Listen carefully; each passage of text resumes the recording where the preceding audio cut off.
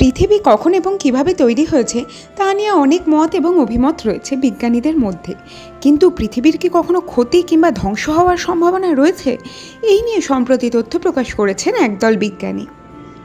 How staff works ওয়েবসাইটের প্রতিবেদন অনুসারে বিজ্ঞানীরা অনুমান করেছেন যে পৃথিবীর শেষ 10000002021 সালে হতে পারে।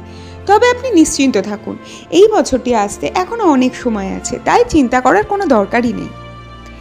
বিজ্ঞানীদের দাবি পৃথিবী ধ্বংসের প্রধান কারণ হবে সূর্য। সূর্য এতটাই উত্তপ্ত হয়ে উঠবে যে পৃথিবীর পরিবেশ ধ্বংস করবে, যার ফলে অক্সিজেন সম্পূর্ণরূপে ধ্বংস হয়ে যাবে। নেচার জিওসায়েন্স জার্নালের এক প্রতিবেদনে এই দাবি করা হয়েছে। বিজ্ঞানী কাজুমি ওজাকি এবং ক্রিস্টোফার রেইনহার্ট প্রকাশিত এই গবেষণায় দাবি করা হয়েছে যে ডিঅক্সিজেশনের কারণে পৃথিবী শেষ হয়ে যাবে।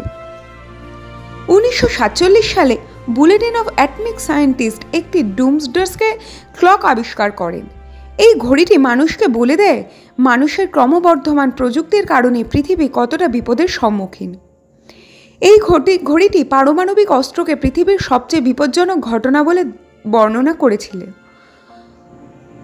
পাশাপাশি সমুদ্রপৃষ্ঠের উচ্চতা বৃদ্ধি হলো পৃথিবীর বিভিন্ন দেশে প্রভাব পড়বে, এর জেরে মানবজাতির মধ্যেও প্রভাব পড়বে। তবে পৃথিবীর ধ্বংস নিয়ে বিভিন্ন মত বা অভিমত রয়েছে, তবে তত্ত্ব দিয়েছেন একদল বিজ্ঞানীরা। অন্য বিজ্ঞানীরা এই তত্ত্ব মানবেন কিনা সেটাও বিচারের বিষয়।